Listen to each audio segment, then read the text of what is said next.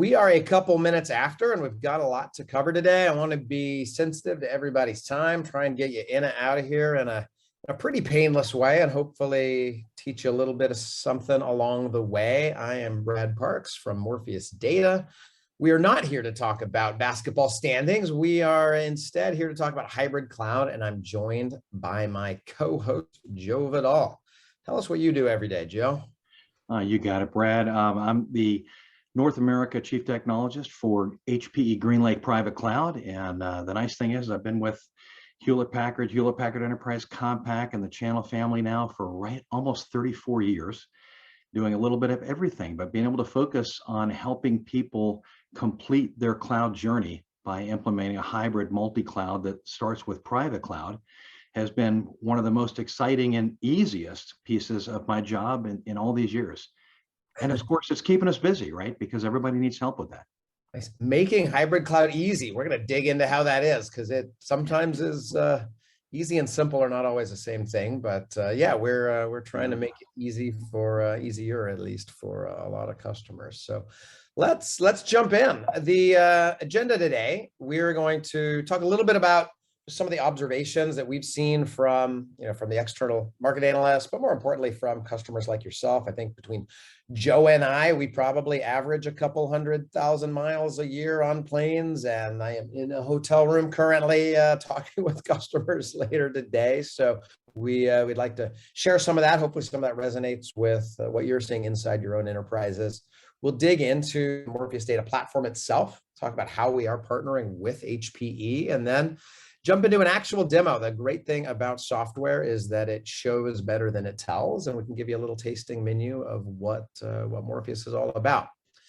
For those of you who stick around until the end, if you are basketball fans, we're not above bribery. We are going to give away a couple of tickets, and hopefully your team is still in the mix, or you can go find an NBA game near you. We'll be following up and letting the lucky winners know here in the next week or two. And let's face it, there's 32 attendees out there, and your chances are 1 in 32 at this point. That's pretty good terms. Good. That is pretty good. Stick around, and yeah, you may win. All right, jumping in, I'm going to kick it over to Joe, because he is looking at a much broader optic than just hybrid cloud, but picked up a couple good data points. Sure, and where we started this years ago was just traditional data center and people wanting software-defined data center, software-defined everything. Now we find ourselves in the bottom left corner of the screen here, and at middle of an edge-to-cloud journey, where 75% of all the apps and data still sit outside the public cloud for one of many reasons, most of which are either it's intellectual property or highly secure data that they don't want to risk putting in the cloud, or there's GDPR issues, rules, regulations, and reasons legally why they can't put that particular data into a cloud, right? Or it would cost too much because it's a multi-tiered application that's very chatty and they can't put it all up in the cloud. And if you can't do that, then you typically can't put any of it in the cloud unless you do it correctly. And of course, that cloud sprawl piece up in the top right? 70% of customers are going to be hybrid when they do cloud right? We talk about doing cloud smart, cloud right. That's kind of like cloud 3.0, and then we'll get to that in just a minute. But we can offer a better TCO. But what I find is that partnering with Morpheus, it's really getting rid of those IT bottlenecks, which speaks to that top left corner, right? Morpheus really started by delivering a simple self-service portal, self-service front end. And that's what everybody wants, right, Brad?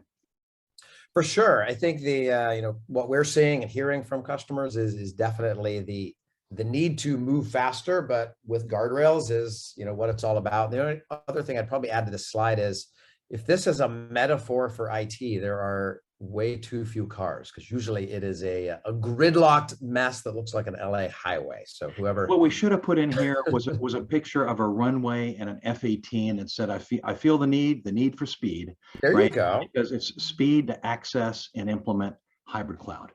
And that's really what this journey is all about in the story. Perfect. Well, hey, even better than what we're hearing from the analysts and the research is what we're hearing from customers. So what are you hearing out there in the wild?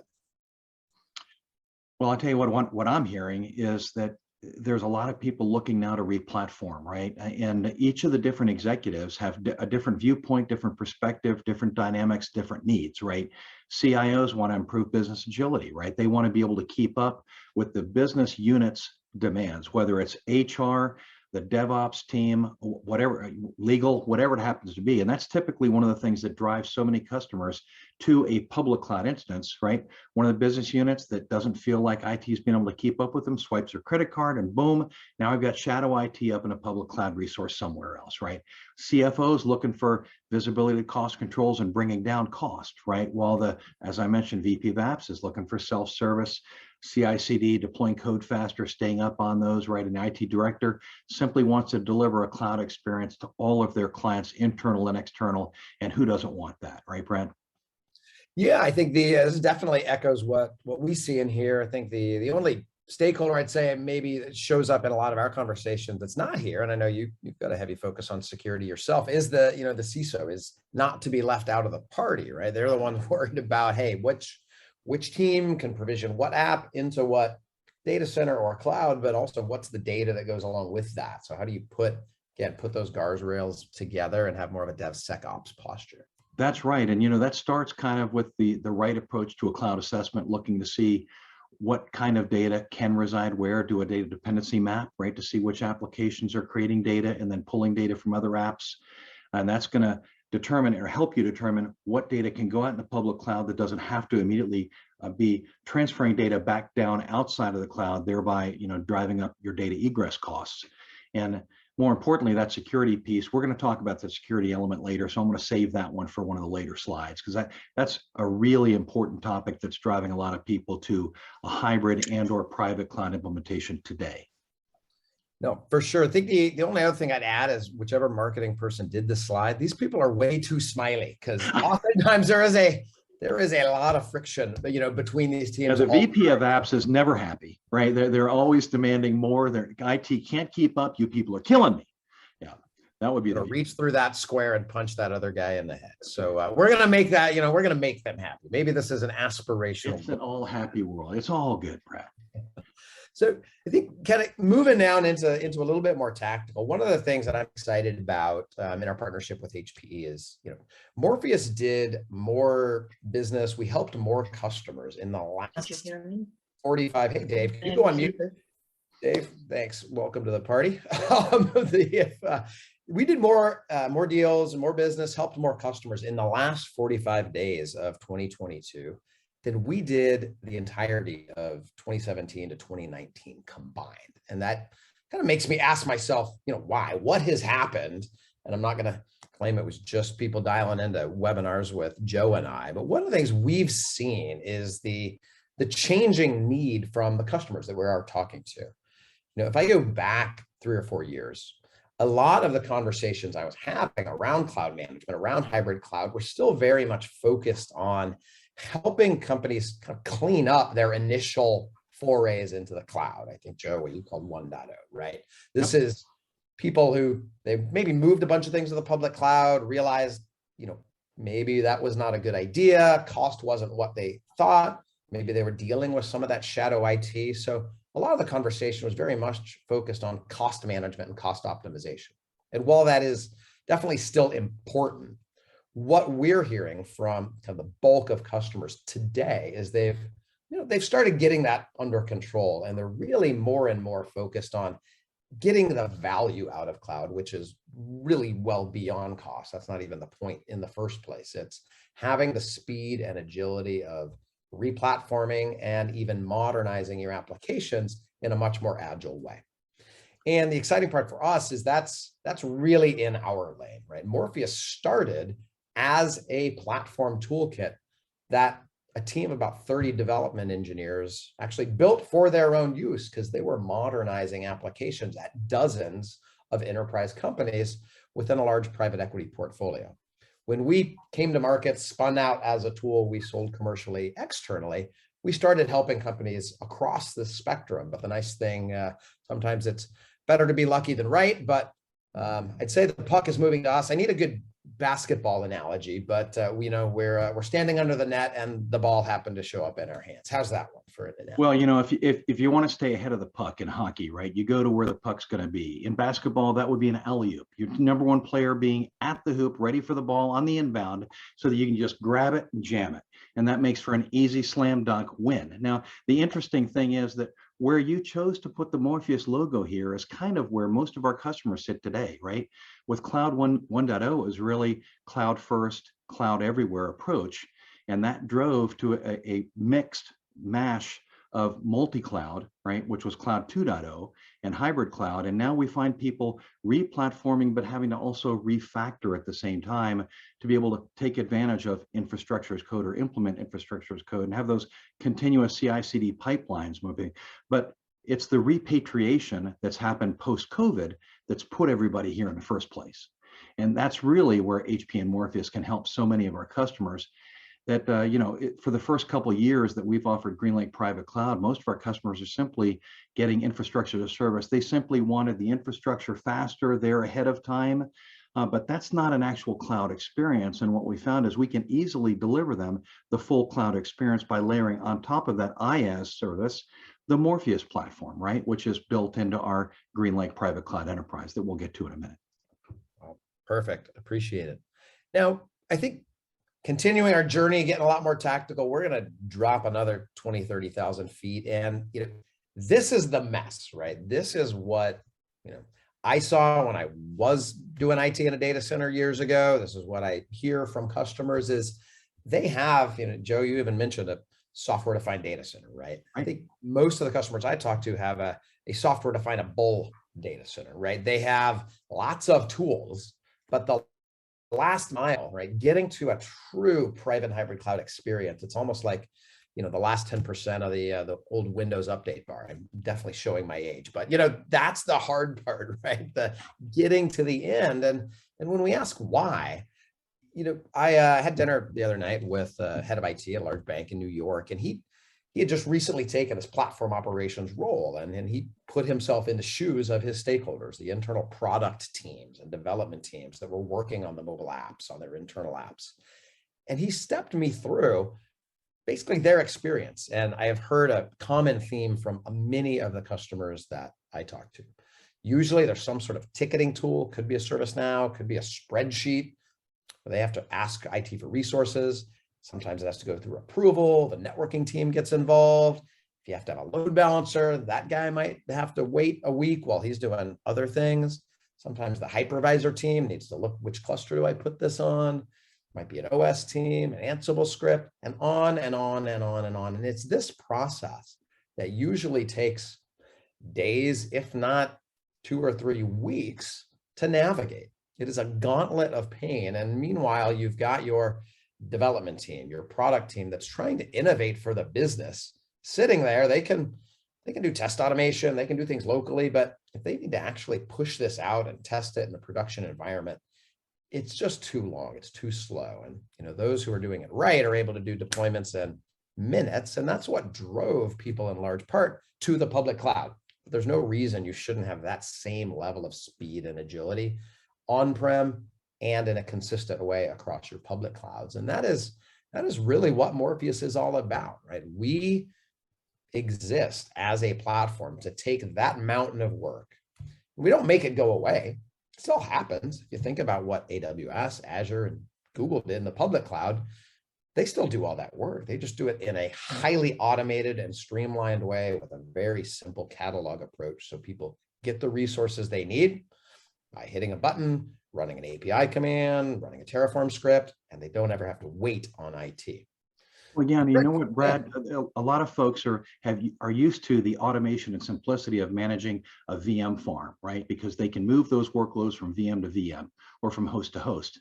But when it comes to managing standalone bare metal instances of applications, not so easy. And that's really one of the biggest advantages that we're bringing to them is simplicity across in that same type of experience, whether you're managing bare metal, compute, storage, or networking configuration parameters, as well as your VMs and containers.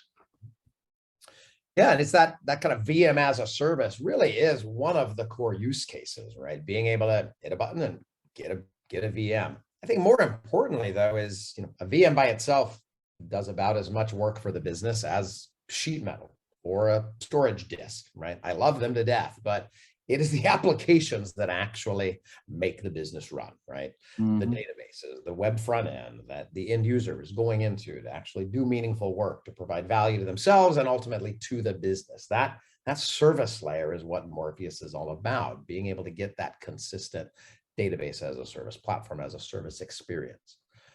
More and more, though, we also see internal platform teams needing to enable their developers with Kubernetes and clusters as a service, right? It's no longer just a Kubernetes science project with the cool kids out, out on the edges. It's becoming more of a mainstream that needs to have governance, control, and repeatability. We're seeing that same need just with basic automation. A lot of our customers have, handful of folks on an automation team who are starting to do Terraform in anger at scale, but you can't just add more high-priced automation engineers. How do you enable those teams to connect to a Git repo, do their automation, but then let a junior ops engineer or a business user actually go into a catalog in a very simple way and execute and get benefit from that automation. Right, and get to choose to use the infrastructure as code or the deployment and scripting tools that they're familiar with, rather than having to learn some new tool suite, right? I am more and more an old dog, and I'm not learning new tricks. And I think that's the thing. The individual that has that expertise trapped in their head or on their laptop, that's not helping the business. But if you can let others actually benefit from that, then you can scale. The last piece is simplifying that approach to service management, right? Many of the enterprises we work with have tools like a ServiceNow or another ITSM stack, but from a Morpheus perspective, we want to be able to provide a common approach to visibility across all the resources, push updates into things like a CMDB, but even connect into more modern monitoring and AI ops tools. So you get that end-to-end view from finding your resources, provisioning your resources, monitoring your resources out to day two. And it's that approach that has landed us in such a strategic relationship with HPE. Exactly. Brad, I think when you first brought this to me, what was it, at least 6 years ago, maybe longer, and showed me how simple Morpheus was, I immediately started thinking how we could answer some of the problems that we were having with our first implementations of private cloud many years ago before we renamed it GreenLake. But now, knowing how simple the GreenLake Private Cloud Enterprise front end is, now that it's powered by Morpheus, makes it very easy for people to understand and execute that multi-cloud, that hybrid cloud, visibility to their multiple public cloud resources, as well as the private cloud resources, and manage and optimize and automate all of it via that singular tool. That simplicity is really unique in the industry. So love it. And our customers are loving it too. It's been a very exciting journey. We're embedded in that private cloud enterprise. We work with the GreenLake managed services team. If folks need a little more augmentation or help actually staffing up their hybrid cloud projects, we have, I say we, that's how much time I spend with HPE. HPE has a full team globally who can roll in and help manage SLAs, manage your hybrid cloud journey. And even on the advisory side, right? The team has a dozen service offerings around standing up Morpheus, installing it, writing the automation. Really, it's been a deep partnership and a great journey. Well, and the real key is, and you mentioned this earlier, is that last mile, right? That last 10% of the circle as you're waiting for the clock to finish, right? That last 10% is the integration pieces. You have to have it tied back into whatever ITSM tools the customer is using. You don't want to have to force them to implement brand new tools. We have the ability to integrate into pretty much anything that they might be using and ensure that your configuration management database, for instance, is updated and integrated completely. Your IAM and IAC, the Identity Access Management control tools and suite for security integration, is completed and done and automated. These things are huge and not trivial tasks to complete. It is, it's a lot of work to pull this together. We've done a lot to make it easy, and that's what we're gonna kind of pivot over here in just a minute and do a little more of the show and a little less of the tell. But one of the things, thinking back to our smiley, happy people on that earlier slide who had their own priorities, is how do we take that self-service design center and start to check the boxes for that VP of IT, for that CISO, for that app lead, and for that finance lead. So thinking about the feature set, right? Morpheus is a software distribution. We're not SaaS hosted. We have customers who run us in their on-premises data center. We have customers who run us up in the public cloud. We have customers that run Morpheus in a co-location facility. We can move and have the center of your control plane be close to your applications. The thing is making it easy to connect all of those technologies that were on that messy slide earlier. For that CISO though, we're not a security tool, but we are going to help the security team improve their posture and embed more DevSecOps processes into what they're doing by connecting to their Active Directory or their identity provider, putting very fine-grained guardrails around what teams can do.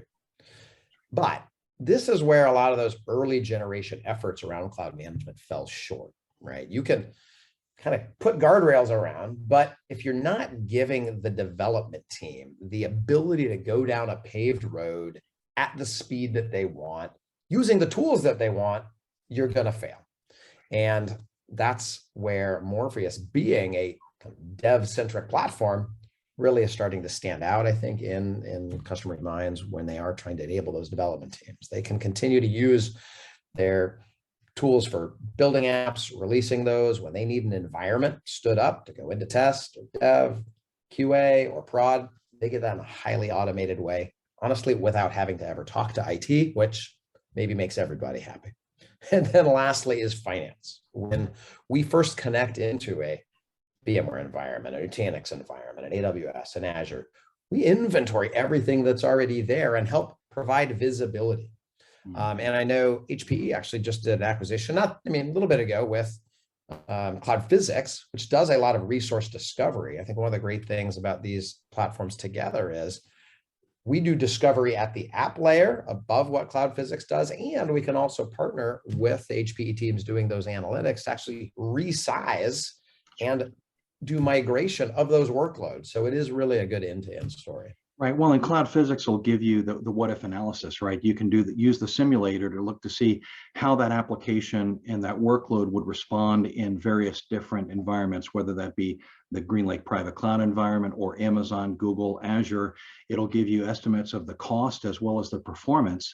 And then we can use Morpheus to actually help move those, manage those workloads, right? And automate the provisioning and deprovisioning of those workloads from one cloud to another. But more importantly, we're reducing the cost all around. But to your second bullet point here, Brad, reducing risk exposure and then adding to with additional HPE GMS services for like security as a service, maybe compliance as a service to take it to another level. HPE can add that additional service to actually do a complete security service and compliance service so that at the push of a button, you have visibility to all your compliance and controls across all your clouds and your private data center infrastructure as well. So really bringing it all full circle and giving you full visibility and control. And that's really the beauty of the partnership that we have here with Morpheus.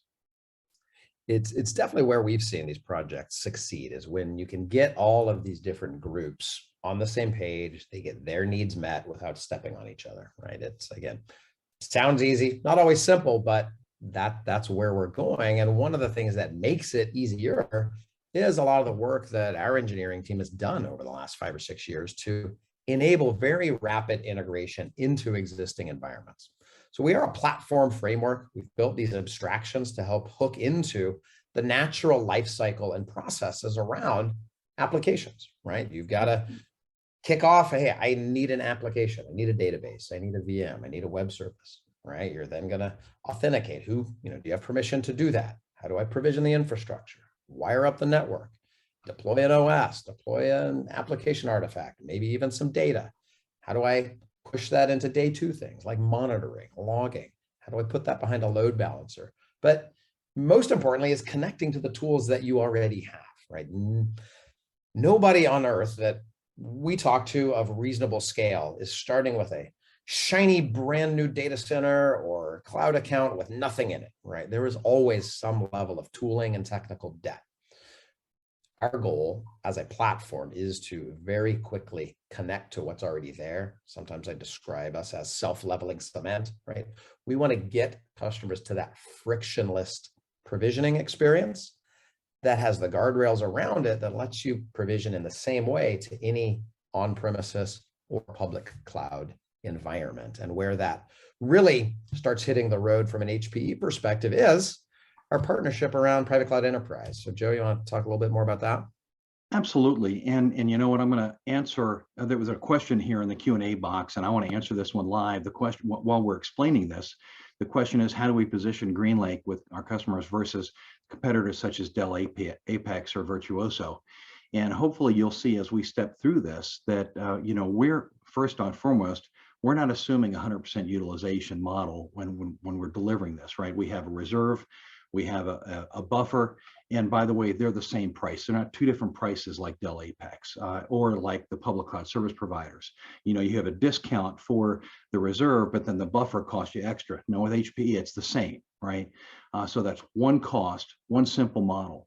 And as we're looking at building out that GreenLake private cloud enterprise, starts out right today, greenfield only, sure, but we're delivering Kubernetes VM as a service, or we call it GreenLake for Kubernetes or Azure containers. We have GreenLake for VMs. We have GreenLake for bare metal, whether that's bare metal compute, bare metal storage, and there's multiple different types, whether you're looking for object, block, file, you know, silver, bronze, gold type of availability, everything from 5 nines to 6 nines to 100% availability.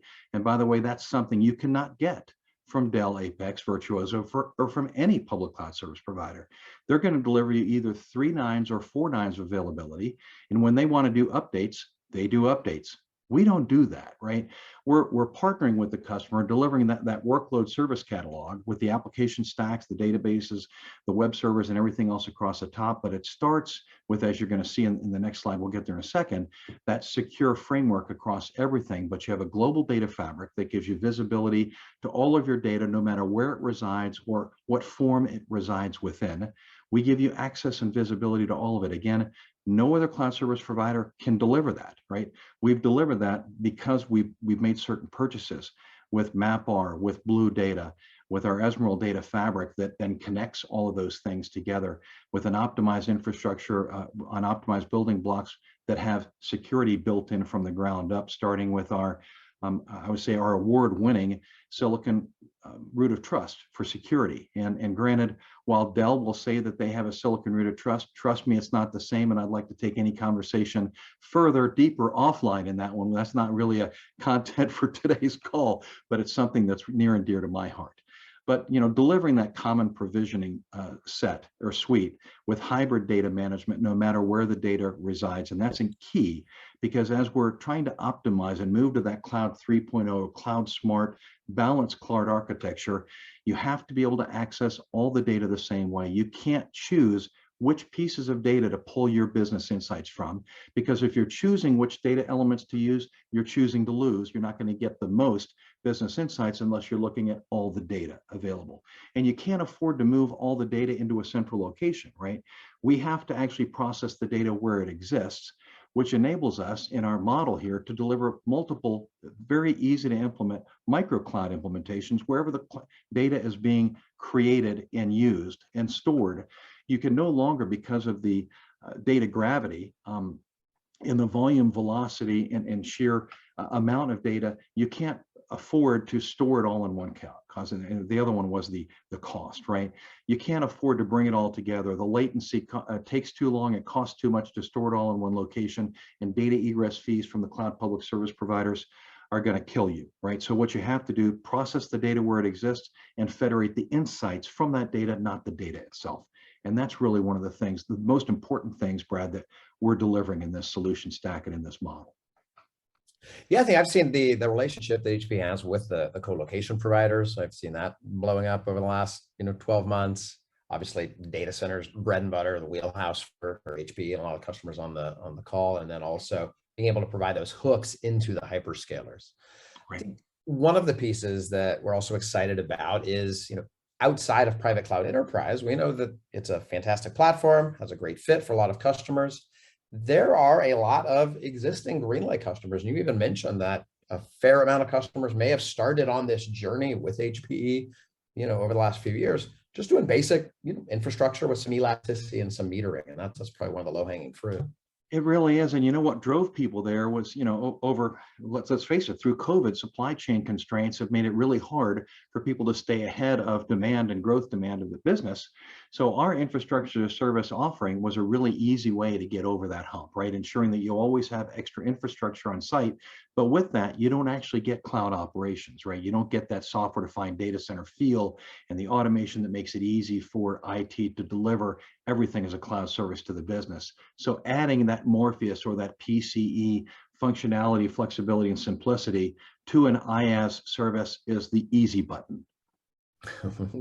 we aim to please. The couple of other offerings, it's been great to see the GreenLake portfolio kind of expand over the last few years. I think at last count, there were like 70 different, probably ways you could consume HPE infrastructure and the surrounding ecosystem as a service. A few of the ones I highlighted here just because they're near and dear to our heart. First, VCF, VMware Cloud Foundation. Love VMware. Morpheus won Best of VMworld twice for hybrid cloud automation.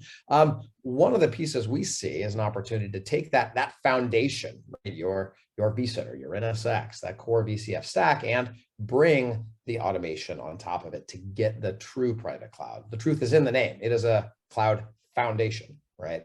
Mm-hmm. When you add Morpheus, you expose a lot of the capabilities in a simple self-service way. Same thing with HCI, right? It's solved, and I, as a former infrastructure guy for many years, right? Hyperconverged solved a lot of the pain around wiring up your storage to your compute, to your hypervisor in a very fast way. And those clients-like look and feel, yeah, right? Delivering everything through a singular interface. That was that single interface simplicity that really drove people to HCI in the first place. Unfortunately, what that did though was it forced people to buy more. Let's face it, almost 90% of all HCI implementations are leveraging VMware. And if you need a little more storage, guess what? You're forced to also buy a little more compute. Now, I'm a ProLiant guy myself, so I love those customers, right? But people want to disaggregate that so that when they need more storage, they buy more storage and not forced to buy more compute and thus more VMware licenses as well, which is why HPE introduced something called DHCI, or disaggregated hyperconverged infrastructure, that's still that appliance-like look and feel and simplicity, but with independent scaling capability.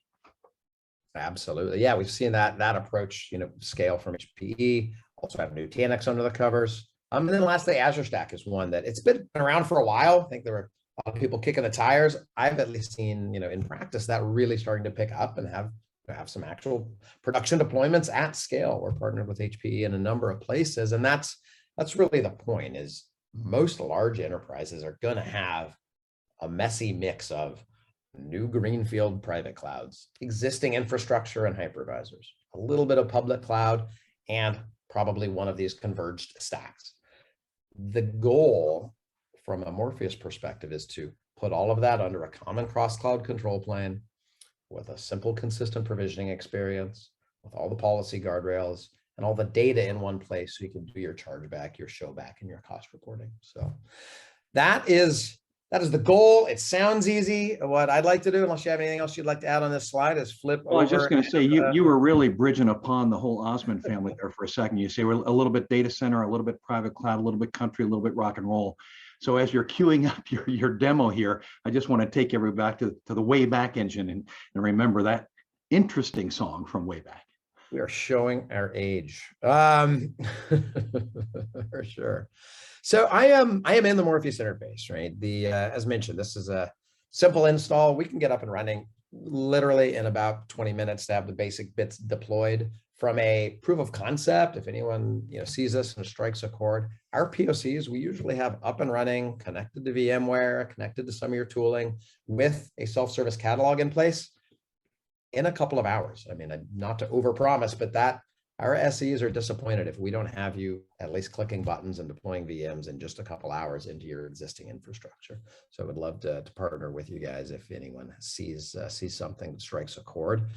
Now, I don't know why, but they gave me admin rights inside our demo environment. I'm going to try not to break anything, but you can see I've got a lot of knobs and dials and bells and whistles, right? I get a basic operational dashboard around what I've provisioned, what the status of that infrastructure is.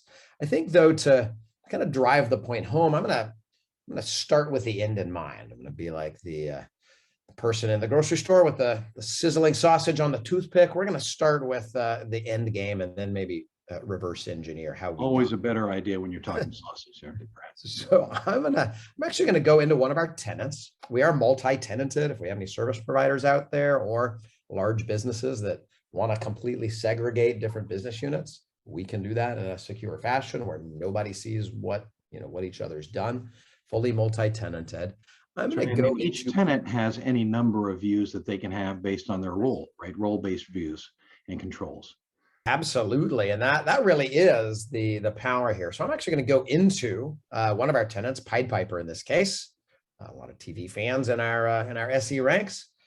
We've connected into identity provider, in this case Active Directory, and we've started mapping groups and roles, and that's where that persona-based view starts to come into play that Joe mentioned, right? So if we know that the group in Active Directory is developers or production ops or marketing or legal, we can create a very tight framework where each of those groups and users only see what IT, finance, security want them to see. They can only provision what they want them to provision, and only maybe as big or spend as much money as those teams would want. So I'm going to pretend or impersonate one of our developers, in this case Dinesh. So if I impersonate Dinesh, you see a couple of things change. First, white labels applied. You change your color scheme, your fonts, make this look like your own internal enterprise tool. But really, more importantly, it's a lot cleaner. He doesn't have access to administration. He doesn't have access to infrastructure. He is not messing around in your vCenter or carving out storage or dealing with networks. He's a developer. His end game really is to provision his workloads and move on so he can drive innovation and back into the business. Now, in reality, as a developer, he might not be using the GUI. He's probably doing this via API or CLI, via our Terraform provider, some other mechanism maybe built into a CI/CD pipeline, but those are a little less interesting to demo. So we're going to go through the GUI, but every single thing I'm showing is equal fidelity with the API. So in this case, if I go to provision an instance in Morpheus is representative of an application service.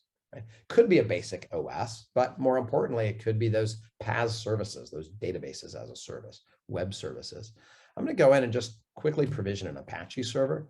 Here you can see I have the ability to provision this as either a bare metal instance, a container instance, or a VM instance. Back to that unified view, because you probably have different types of applications in your library at different levels of modernization at any time. Now, Dinesh is a member of the dev team, which then informs which clouds he has access into. In this case, the team has given him permission to provision that Apache instance consistently into either AWS, Azure, Nutanix with Acropolis, Prism Central, or VMware. I'm going to pick on VMware because we have 800,000 VMs under management. It's probably one of the most popular ones out there. One of the things you can see here, though, is we're starting to put some of those policies in place. In this case, it's a naming policy, right? Our lab admin didn't want Dinesh or our SEs naming their VMs after their cat, their favorite rock band, or we've their favorite basketball team, right? Sure. There you go. We could do that. So it's going to put a naming policy in place. I'm going to click next. We mentioned that this could be provisioned either as a VM or as a container. So we've detected that there is a container cluster running actually inside this VMware environment. So it's exposing that container image. But I'm going to just do a base VM image in this case. And you can see this screen is dynamically changing based on what cloud I'm provisioning into and what choices I'm making. So it's not a least common denominator or one size fits all. It is adapting, but it's still giving you consistency. And I'll be honest, I know nothing about the AWS portal. I could probably fake my way inside of a vCenter cluster, but not very well. I can learn Morpheus and I can provision the same way into all those technologies without having to become an expert in each bespoke UI, API set, or technology. So here I get a t-shirt size, right? Just like you would in the public cloud, like how many CPU, memory, storage. These are different plans that in this case are fully customizable by customers because this is their on-premises environment, right? You mentioned gold, silver, bronze storage, different compute. You can customize this, and this starts to gather data around cost. You can also attach a cost to this. We know IT is not free. If you're trying to do chargeback, showback, or shameback is a popular choice, right? This gets you that data to start to show back to the business.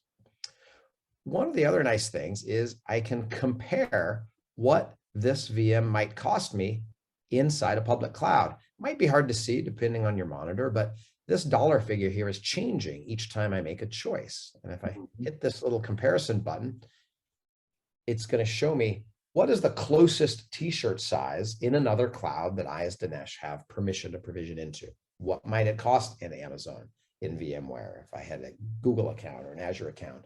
It helps to inform these end users how they might make a smart choice.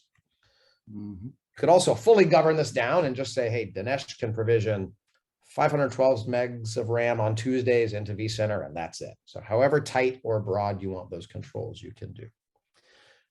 One of the other pieces that often we hear from customers is, all right, I'm provisioning something, that ticket is stuck with the networking team.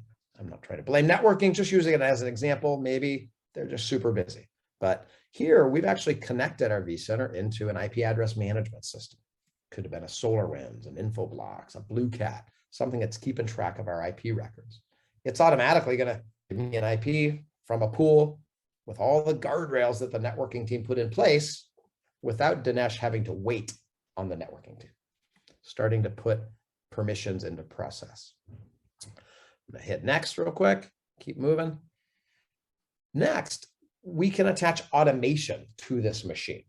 So if we have some Ansible, Chef, Salt, Bash, PowerShell, any number of different task languages out there that you already are using inside your data center, we can run those attached to the lifecycle of this application. So if there's a script you need to run every time this machine is provisioned or shut down or reconfigured or torn down, you can run those scripts, save yourself days of manual work by making sure it's going to release storage, clean up a log file, whatever the drudgery of IT is, you can attach it, automate it, and get out of your own way.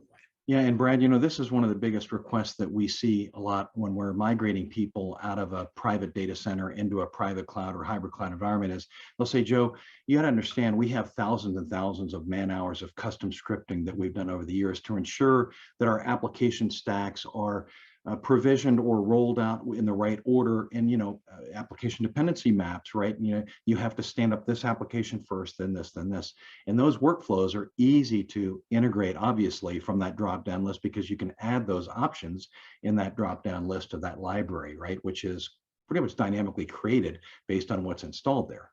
Very easy to do. Yeah, these can be connected into a Git repository that already exists with your automation team. We're just taking, again, that technical debt, that existing work that's already out there, and we want to pull it in, make it leverageable, automate it so that you can move faster, and again, developers can get what they need very quickly. A couple of things I'm going to highlight, but not go deep on. We can even deploy code, deploy data. We're not a release automation pure play tool, but that's one of the things that you can do as part of Morpheus. If this is an Apache service, I've got some HTML, a website stood up, I can go ahead and deploy that automatically. If I'm connected to a load balancer, it could be an F5 or an NSX, we can automatically create a VIP. So again, no waiting necessarily for the load balancer team to go do their part of that ticket process. If I need to scale this dynamically behind that load balancer, I can set up my own scaling group, right? So when I hit a certain CPU or memory threshold, I need to add a node and scale out. We could do that on-prem just as easily as we can in the public cloud. Even backups. Let's say we know this is going to be a production application. There's a tag for prod. I can even do this as a policy, right?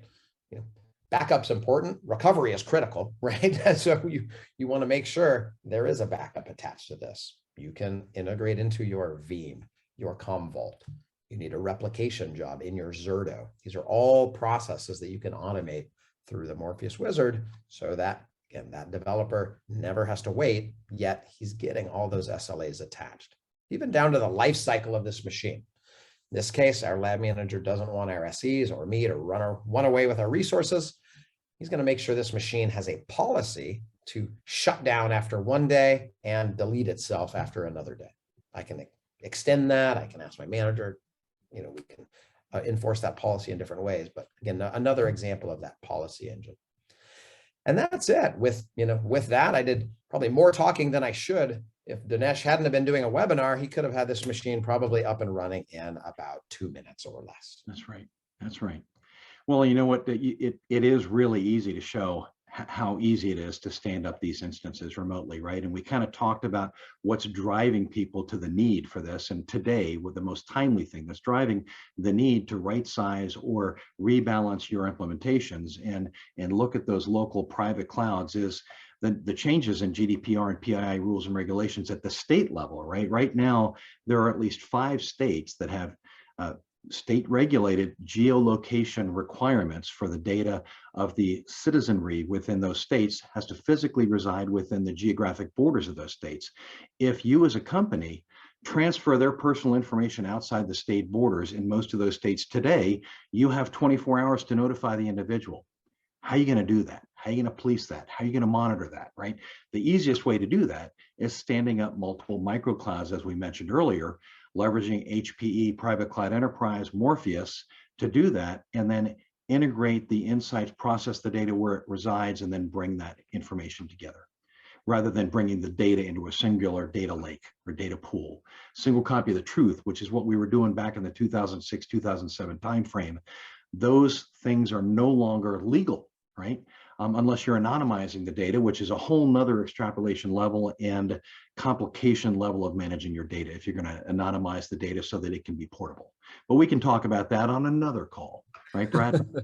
Security is a hot topic for Joe and for everybody. Honestly, it comes up in just about every conversation. Being able to put the guardrails in place, and in this case, not just the guardrails, right? We're exposing here to Dinesh. I just jumped into one of the machines that he or his team had already provisioned previously, and he's only seeing what he has permission to do. So to Joe's point around security, if there's another group that maybe has a specific agreement with a customer, or they're in a federal government or another secure site, he's only going to see what he has permission to see from his security team. But it extends deeper into the ops landscape. So if he needs to get some basic stats around memory, storage, CPU, he can get those without having to go ask his infrastructure admin, hey man, we're seeing a performance hit on the database. I'm doing some testing, like what's going on? Well, you can actually get some of that data because we're feeding that into this console.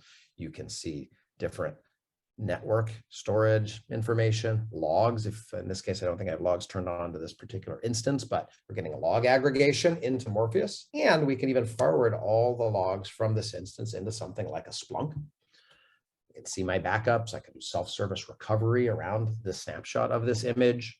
I can even get a remote console if I need to get into this box myself without ever leaving this Morpheus operating console. So we're trying to not replace every GUI. I cringe when I hear the single pane of glass analogy, but we want to enable different teams to do as much work as possible without context switching into other environments, right? We're not replacing those underlying tools, but we're bringing a lot of that information to the surface in a way that lets development teams, ops teams, finance teams get their job done with as little friction as possible. Right, and let me just remind everybody, I know, we're coming close to the top of the hour. We've got 10 minutes left on the call, and I know we're kind of deep in the weeds on this demo, but I want to make sure that people are placing your questions in the Q&A box. And for those of you that are interested in being eligible for the 2-ticket giveaway, be sure that you stay with us through to the end, which is rapidly approaching. Just wanted to put that reminder out there and request again, type in your questions. We'd love to see what you're thinking about. What are you looking at? What are the hurdles that you're jumping over, or the problems that you've seen in your implementation of your ideal hybrid multi-cloud environment in your own companies?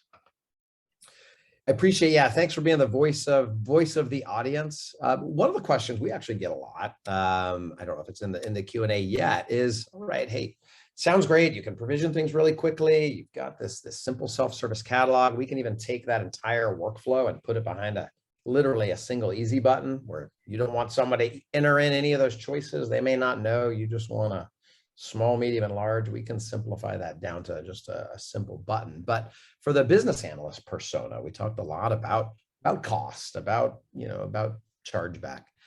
Might be worth showing real quick some of the analytics that we get from the machines that we have under management. One of the stories I love to tell, we were doing a POC for a large retail customer here in the US. Attached, installed Morpheus, attached to some of their environment. We asked them out of the gate, how many machines do you think you have? He said, I think it's probably about 5,000 in these particular clusters, these public cloud accounts, a decent sized customer. We came back after 5 days and just checking in. He said, what's that, what's this big number I see off the top? And in this case, he had a number that had a few extra digits on it. And we said, hey, I'm sorry, you don't have 5,000 machines out there. You actually have 15,000. And that team over there is really big fans of, extra large machines in the public cloud that are costing you, hundreds of dollars a month, but they're only using 15% of the actual memory or CPU. Right. So one of the things that's typical too. Yeah. Oh, very typical. 30% is kind of an industry average of waste in the system. As a longtime storage guy, I think about it a lot like thin provisioning for storage, but at the actual hybrid IT level across your storage, your CPU, your memory. And that's where we're able to take the data that we're finding from these existing on-prem hypervisors or public clouds. We pull it into our discovery and reporting tool.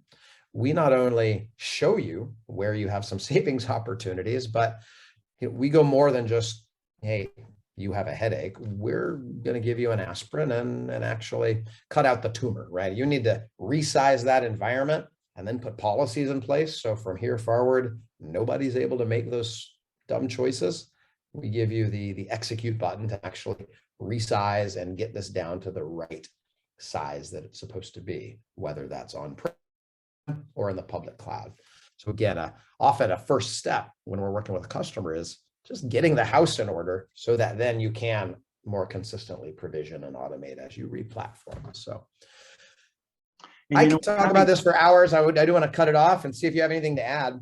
Yeah, I just wanted to point out that, you were showing there that the real time, they were only leveraging 2% of the memory that was actually provisioned, right? And if you're going based on a cost per gigabyte of RAM, for instance, you're paying for a whole lot more than you're using, right?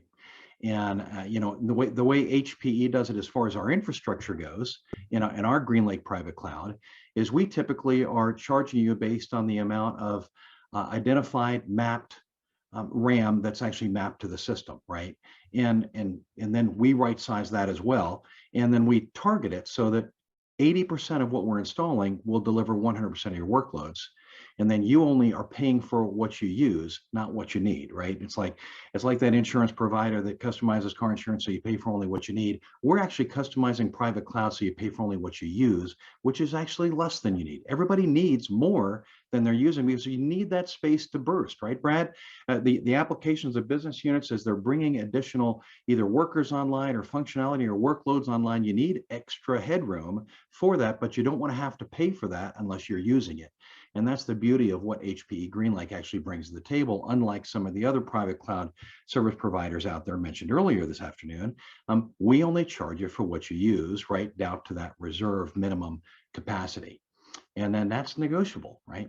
Now, if you want to build in headroom for DR, to build in DR into your environment, and we want to make it a 70-30 or maybe a 60-40, understanding that the storage in a DR environment is always being leveraged because you're having to back up the data in real time, always having a real-time copy in the DR location, but the compute in the DR location is not used unless an emergency or a disaster, right?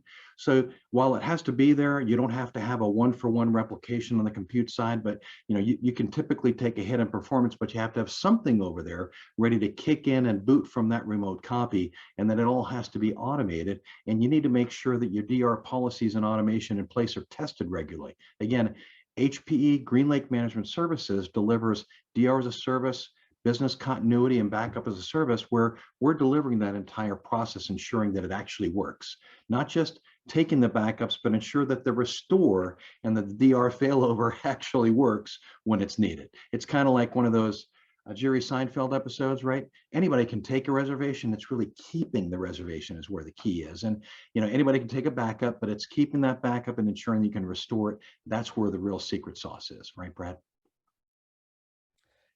Perfect. There are loads of ways that Morpheus and HPE can help, help you guys on the phone, girls on the phone.